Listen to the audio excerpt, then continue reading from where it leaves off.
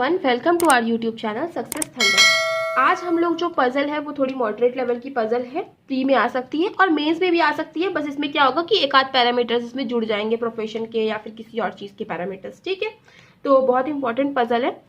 इसको कैसे सॉल्व करते हैं चलिए आइए देखते हैं। और जो भी हिंदी मीडियम वाले बच्चे हैं उनके लिए मैं एक एक लाइन को जो है हिंदी में एक्सप्लेन करूंगी। ठीक है, तो चलिए हम लोग पजल को पढ़ना स्टार्ट करते हैं। लाइन बाय लाइन पजल को रीड करेंगे और उसकी कंडीशंस को नोट करते जाएंगे। जो चीज़ें सेट होंगी वो अपने कंडीशंस में, पॉसिबिलिटी में सेट करते जाएंगे। चलिए पढ़ना शुरू करते हैं। क्वेश्चन में लिखा हुआ है 7 persons PQRSTUV are sitting in a row. 7 लोग हैं PQRSTUV जो कि एक रो में बैठे हुए हैं। Number of persons phasing north is more than the one who phases south. मतलब ये नॉर्थ साउथ दोनों ही फेजिंग की पजल है। ठीक है, बहुत अच्छी पजल है। तो जो नॉर्थ में जो फेस कर रहे हैं, नंबर जो नॉर्थ में फेस कर रहे हैं वो ज्यादा है उससे जो लोग साउथ में फेस कर रहे हैं कम है उनकी। ठीक है, तो बस इसको ऐसे मैंने लिख लिया है। इसको तो आप दिमाग में भी रख सकते हैं पर मैंने ऐसे ही हल्का सा लिख लिया है। ठीक है, not more than 2 adjacent person face in the same direction. ठीक है, तो 2 एडजेसेंट जो है वो सेम डायरेक्शन में फेस कर सकते हैं, मगर 2 एडजेसेंट जो से ज्यादा जो है वो सेम डायरेक्शन में फेस नहीं करेंगे। ठीक है, ऐसे हल्का सा मैंने लिख लिया है। इसको भी हम दिमाग में रख सकते हैं कि 2 लोग जो साथ में बैठेंगे मैक्सिमम 2 ही लोग ऐसे होंगे जो सेम डायरेक्शन में फेस करेंगे, उससे ज्यादा नहीं। Persons at the extreme and face in opposite direction. मतलब जो 2 पर्सन्स एक्सट्रीम एंड्स में रहेंगे वो दोनों ऑपोजिट डायरेक्शन में फेस करेंगे, तो एंड वाले जो है वो ऑपोजिट डायरेक्शन में फेस करेंगे। ठीक है, हमने लिख लिया है। R sit second to the right of P. इस टाइप की पजल को कैसे करते हैं, कभी भी आप यहाँ पे नंबर पर्सन्स को बैठाने के लिए डैश डैश मत खींचो। ठीक है, इस टाइप की पजल्स को सॉल्व करने के लिए मत खींचो, नहीं तो फिर आपको बहुत टाइम लगेगा। चलो देखते हैं कैसे करते हैं। R sit second to the right of P, मतलब पी के सेकेंड राइट पे आर बैठता है। तो अगर पी नॉर्थ फेसिंग है तो सेकेंड राइट पे आर ऐसे बैठ सकता है, पर अगर पी साउथ फेसिंग है तो सेकेंड राइट पे आर कैसे बैठ सकता है, ऐसे बैठ सकता है। हम तो दोनों पॉसिबिलिटी लेके चलेंगे क्योंकि हमें पता नहीं ना पी किस डायरेक्शन में फेस कर रहा है। U sits adjacent to P and both face in the same direction। मतलब P के adjacent में U आएगा। इस केस में U यहाँ पे भी आ सकता है और U यहाँ पे भी आ सकता है। ठीक है, तो P sits adjacent to U and दोनों सेम डायरेक्शन में भी फेस कर रहे हैं। ठीक है, इसमें भी ऐसे ही बना लेते हैं कि U एक बार यहाँ पे आ सकता है और सेम डायरेक्शन में फेस कर रहे हैं, और एक बार U यहाँ पे भी आ सकता है और दोनों के दोनों जो है सेम डायरेक्शन में फेस कर रहे हैं। पॉसिबिलिटी बनाने से बिल्कुल नहीं घबराना है। पॉसिबिलिटी जितनी बन रही बनाते जाओ, जल्दी ही जल्दी एलिमिनेट भी हो जाएगी। ठीक है, U sits second to the left of T who sits at one of the ends. ठीक है, U जो है वो T के सेकंड लेफ्ट पे बैठता है। देखो अब इस थोड़ा सा ज्यादा पॉसिबिलिटी बन जाएगी, ये ज्यादा नहीं बनेगी। चलो बना लेते हैं कि T के सेकंड लेफ्ट पे U बैठेगा। ठीक है, और T जो है वो कहीं ना कहीं एंड पे बैठेगा। ठीक है, तो इस केस में अगर T को हम यहां बैठाते हैं तो T के सेकेंड लेफ्ट पे U बैठेगा, तो मतलब T हो जाएगा नॉर्थ फेसिंग, उसके सेकेंड लेफ्ट पे U बैठेगा। ठीक है, दैट मीन्स और बाकी के लोग इसी साइड बैठेंगे, तो 4 लोग ये हो गए, 3 लोग यहां बैठा लूंगी मैं, तो ये हो गए 7 लोग। ठीक है, और अगर मान लो कि T को हम यहां बैठाते हैं कि T के सेकेंड लेफ्ट पे U बैठा। ठीक है, T मान लो साउथ फेसिंग है। ठीक है, और T के सेकेंड लेफ्ट पे U बैठाएंगे तो हम ऐसे बैठाएंगे, राइट। और अभी ये 4 ही लोग हुए, 3 लोग यहाँ पे और जुड़ सकते हैं, ये हो गए 7, क्योंकि T जो है वो कहीं ना कहीं एंड पे है। तो जब T एंड पे है तो बाकी के सारे लोग तो यहीं आएंगे ना। इस केस में T को यहाँ नहीं बैठा सकते क्योंकि इसके अगल बगल इसके यहाँ पे लेफ्ट में एक और लोग भी है। तो क्योंकि T को एंड पे बैठना है तो T यहीं पे बैठेगा। T के सेकेंड लेफ्ट पे आ गया U, तो कितने बंदे हो गए 1 2 3 4 5 6, एक यहाँ पे बैठा लो, 7 लोग हो जाएंगे। ठीक है, और इस केस में क्या होगा, T होगा नॉर्थ फेसिंग, क्योंकि T के सेकेंड लेफ्ट पे जब U इस तरफ आ रहा है तो मतलब T नॉर्थ फेसिंग है। इस केस में भी ऐसा ही होगा कि T यहाँ पे नहीं बैठ सकता क्योंकि इसके अगल बगल एक और भी शख्स है और T को एंड में आना है, तो T यहाँ पे बैठ जाएगा। T के सेकेंड लेफ्ट पे आ जाएगा U, और अगर T के सेकेंड लेफ्ट पे U ऐसे आ रहा है तो इसका मतलब T क्या है, T है साउथ फेसिंग, राइट। इस केस में आपकी 2 पॉसिबिलिटी बन जाएगी। एक बार T को आप यहाँ पे रख लो नॉर्थ फेसिंग करके, T के सेकेंड लेफ्ट पे आ गया U, 4 लोग यहाँ हो गए तो 3 लोग और इस तरफ आ जाएंगे। और एक पॉसिबिलिटी यहाँ पे ऐसे बन जाएगी कि T के अगर साउथ फेसिंग कर लो, T के सेकेंड लेफ्ट पे आ जाएगा U ठीक है, 4 लोग इधर हो गए और 3 लोग इधर हो जाएंगे।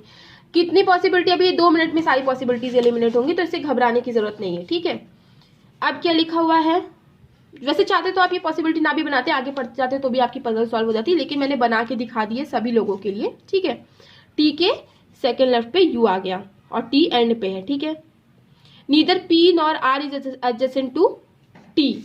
देखो, ना तो पी ना तो आर एडजेसेंट है टी के। देखो, इस केस में आर एडजेसेंट है, इस केस में भी आर एडजेसेंट है, इस केस में पी एडजेसेंट है, इस केस में कोई एडजेसेंट नहीं है, इस केस में आर एडजेसेंट है, इस केस में कोई एडजेसेंट। देखो कैसे सारी की सारी पॉसिबिलिटी एलिमिनेट हो गई। अब केवल ये 2 ही पॉसिबिलिटी बची है। ठीक है, एक ये और एक ये। ठीक है, 2 person seat between Q and S such that both face in the same direction. Q और एस के बीच में 2 ही लोग हैं और दोनों जो है वो सेम डायरेक्शन में फेस कर रहे हैं। ठीक है, V faces towards north, V जो है वो नॉर्थ की तरफ फेस कर रहा है। अब आपको क्या बताया गया था कि 2 लोगों से ज्यादा जो साथ में बैठेंगे कोई भी सेम डायरेक्शन को फेस नहीं करेगा। दैट मीन्स अगर ये दोनों नॉर्थ फेस कर रहे हैं तो ये साउथ फेस करेगा, ये भी साउथ फेस करेगा। और ये भी बोला गया था कि दोनों ही एंड वाले ऑपोजिट डायरेक्शन में फेस करेंगे, मतलब ये अगर साउथ फेस कर रहा है तो ये क्या करेगा, नॉर्थ फेस करेगा। यहाँ पे भी देख लो, ये अगर नॉर्थ फेस कर रहा है तो ये साउथ फेस करेगा, और ये दोनों अगर साउथ फेस कर रहे हैं तो इसके मतलब इसके अगल बगल वाले क्या करेंगे, नॉर्थ फेस करेंगे। राइट, नॉर्थ फेस हो गए। अब यहाँ पे क्या बोला है कि V जो है वो नॉर्थ फेसिंग करेगा, तो इस केस में V को बैठाने के लिए कोई जगह है क्या?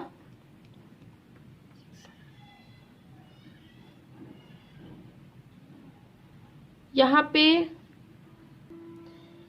अब क्या बोला है कि जो V होगा वो नॉर्थ फेसिंग करेगा। इस केस में तो V नॉर्थ फेसिंग यहाँ पे कर देगा क्योंकि ये दोनों जो है वो साउथ फेसिंग है, तो ठीक है।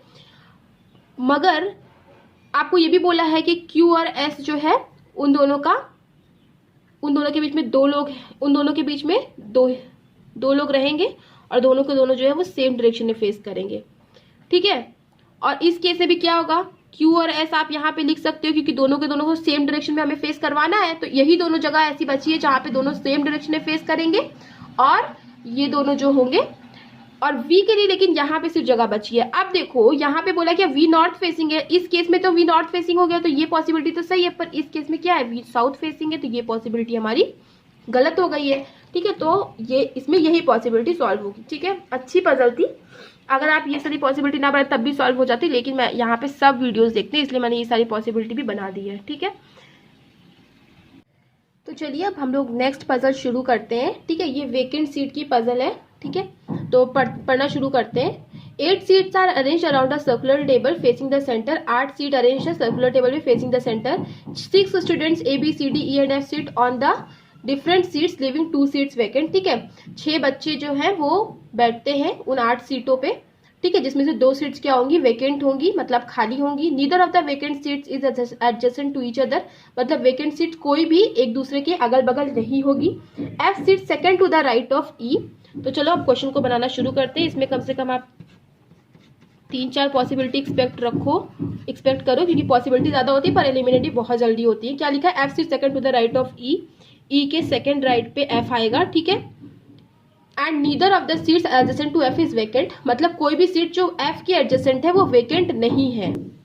तो इस चीज को हम लोग समझ लेते हैं कि F के अगल बगल में कोई भी सीट एडजेसेंट है तो वो वेकेंट नहीं है। ठीक है, इसको याद रख लेते हैं मन में।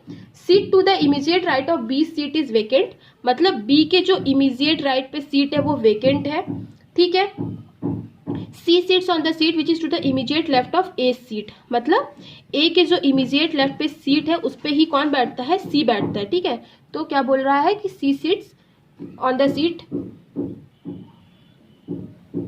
ठीक है, तो ये हमने यहाँ पे इस कंडीशन को नोट कर लिया। Seat second to the left of D seat is not vacant, मतलब D के जो सेकेंड लेफ्ट पे जो सीट आएगी वो वेकेंट नहीं होगी। ठीक है, वो वेकेंट नहीं होगी, D के जो सेकेंड लेफ्ट पे सीट आएगी वो वेकेंट नहीं होगी। C doesn't sit second to the right of D, D के सेकेंड राइट पर C नहीं बैठेगा। ठीक है, तो ये मेरा लिखने का तरीका है जिससे मुझे समझ में आता है, आपको जैसे समझ में आए वैसे लिख लो। ठीक है, ये हो गई कंडीशंस ओवर। चलो अब हम लोग क्वेश्चन को बनाना शुरू करते हैं। यहाँ पे क्या बोला, बी के जस्ट लेफ्ट वाली सीट जो है वेकेंट है, तो इससे कौन कौन सी पॉसिबिलिटी बनेगी। चलो फटाफट पॉसिबिलिटी बना देते हैं और फटाफट एलिमिनेट भी होगी। देखो बी के इमीडिएट लेफ्ट वाली वेकेंट है, तो एक बार बी को यहाँ वेकेंट यहाँ लिख देते हैं, एक बार बी को यहाँ वेकेंट यहाँ लिख देते हैं, ठीक है। एक बार बी को यहाँ पे वेकेंट यहाँ पे लिख देते हैं और एक बार बी को यहाँ पे वेकेंट यहाँ पे लिख देते हैं और कोई जगह है नहीं, तो ये वाली हमारी कंडीशन हो गई। अब क्या बोला, ए के इमीडिएट लेफ्ट पे क्या आएगा, सी आएगा। देखो इस प्लेस में ए के इमीडिएट लेफ्ट में अगर सी को यहाँ पे रखते हैं तो एक और जो वेकेंट सीट है वो यही दोनों जगह पे आएगा, लेकिन हमें क्या बोला गया था स्टार्टिंग में ये क्वेश्चन के कि एफ के अगल बगल कोई भी जो सीट होगी वो वेकेंट नहीं होगी, तो मतलब ए और सी यहाँ पे नहीं रखा जा सकता, मतलब ए के इमीडिएट लेफ्ट में सी यहीं पे आ सकता है, ठीक है। तो वेकेंट यहाँ नहीं आ सकता और वेकेंट यहाँ पे भी नहीं आ सकता क्योंकि दो वेकेंट कभी साथ में नहीं आएंगे, ये भी क्वेश्चन के स्टार्टिंग में बोला गया था, मतलब ये पॉसिबिलिटी तो खत्म हो गई। आगे देखते हैं, ए के इमीडिएट लेफ्ट में सी को बैठाने के लिए केवल यही जगह है, ठीक है। अब वेकेंट या तो यहाँ पे आई या तो यहाँ पे आई, यहाँ पे तो आ नहीं सकता क्योंकि ऑलरेडी बोला गया था कि एफ के अगल बगल कोई वेकेंट नहीं आएगा, तो एक वेकेंट यहाँ आएगा, यहाँ पे डी बैठ जाएगा। अब एक और चीज वो थी कि डी के सेकंड राइट पे सी नहीं आएगा, लेकिन यहाँ पे क्या डी के सेकंड राइट पे सी आ रहा है, तो मतलब ये कंडीशन भी एलिमिनेट हो गई। आगे देखते हैं, यहाँ पे क्या बोला है, यहाँ पे भी एक ही जगह है कि ए के इमीडिएट लेफ्ट में सी को बैठने के लिए केवल एक ही जगह है, राइट। अब दोनों वेकेंट या तो यहाँ है, पर हमें क्वेश्चन में स्टार्टिंग में बोला गया था कि वेकेंट कभी एफ के एडजेसेंट नहीं होगा, तो ये कंडीशन भी एलिमिनेट हो गई। अब यहाँ पे देखो ए के इमीडिएट लेफ्ट में सी को आना था, ठीक है। अगर ए के इमीडिएट लेफ्ट में हम सी को यहाँ भेज देते हैं तो वेकेंट यहाँ पे आ सकता है, राइट, और डी यहाँ पे। एक बार इसको सेट करके देखते हैं कि ए के इमीडिएट लेफ्ट में सी यहाँ पे कर देते हैं, वेकेंट यहाँ तो आ नहीं सकता, तो वेकेंट यहीं पे आएगा और डी यहाँ पे आएगा, ठीक है। डी के सेकेंड लेफ्ट पे वेकेंट नहीं आना है तो नहीं आया, डी के सेकंड राइट पे सी नहीं आया, डी के सेकंड राइट पे सी को नहीं आना है तो नहीं आया, मतलब ये हमारी कंडीशन बिल्कुल परफेक्ट है, ठीक है। एक और चीज बना लेते हैं कि अगर मान लो ए यहाँ पे लिखते हैं और सी को यहाँ पे लिखते हैं तो क्या होगा। अगर ए को यहाँ लिखते हैं और सी को यहाँ पे लिखते हैं, ठीक है, सोच लो ए को यहाँ लिख देते हैं और सी के उसी जो कि उसके जस्ट लेफ्ट में है यहाँ पे लिख देते हैं, तो वेकेंट या तो यहाँ पे आएगा या तो यहाँ पे आएगा, राइट। लेकिन वेकेंट को यहाँ पे नहीं लिख सकते क्योंकि एफ के एडजेसेंट तो वेकेंट आना नहीं है, तो वेकेंट यहाँ पे आ जाएगा। क्वेश्चन में क्या दिया हुआ था, डी के सेकंड लेफ्ट पे वेकेंट को नहीं आना है, तो ये चीज तो आ ही जाती कि डी के सेकंड लेफ्ट पे वेकेंट आ जाता, तो ये वाली कंडीशन नहीं बन पाती, तो इसीलिए केवल एक ही कंडीशन है जो सटीक बन पा रही है, ठीक है। ये क्वेश्चन भी काफी अच्छा क्वेश्चन था, प्री में कई लोगों के दिमाग को घुमा सकता है। इसको मैंने पढ़ाया है तो आपको लगभग 4.5 मिनट लगे हैं। अगर आप खुद से करोगे तो 2 मिनट में, अगर आप शांति मन से करोगे तो आराम से बन जाएगी, ठीक है। इस टाइप की पजल्स की प्रैक्टिस करते रहिए। मिलते हैं अपने नेक्स्ट वीडियो में। Thank you so much for watching.